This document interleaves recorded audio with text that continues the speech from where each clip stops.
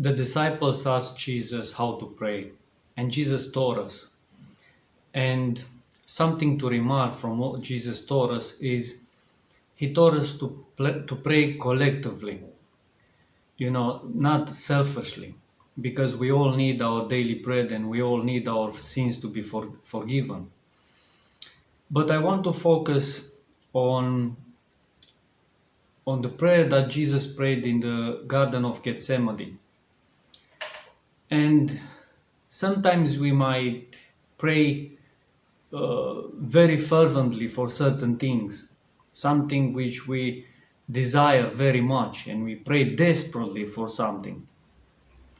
It's nothing wrong with that, but we have to be aware that we cannot let our relationship with God depend on the outcome of that situation. The devil is the accuser, and he comes and tells us, like he said to Jesus, if you are the Son of God, come down from the cross. Jesus Christ, when he prayed to God, he said, Lord, you are all powerful. If it is possible, take this cup from me. Nevertheless, thy will be done. And it's remarkable how it's written that Jesus prayed so fervently to the point of where he was sweating blood, and for hours and hours. But at the end of the prayer, he repeated the same thing, and he said at the end of the prayer, Lord, regardless, thy will be done, not mine.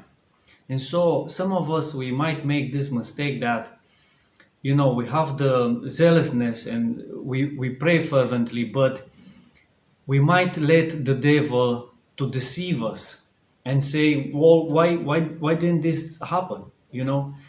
But we must be, we must understand that God knows and he has the better end goal for us. And so we must let his plan and purpose being fulfilled in our lives, even if it might seem difficult in certain situations. I want to share a little testimony.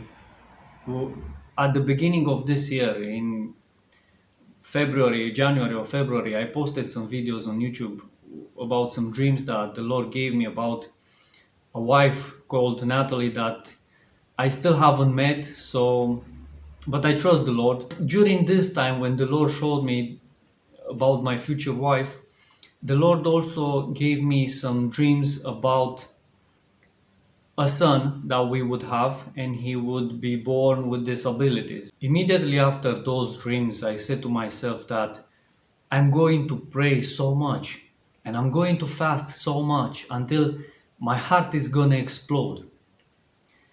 But you see, back then, I was perceiving this as, the Lord has to do this for me because I'm a disciple and this is gotta be done.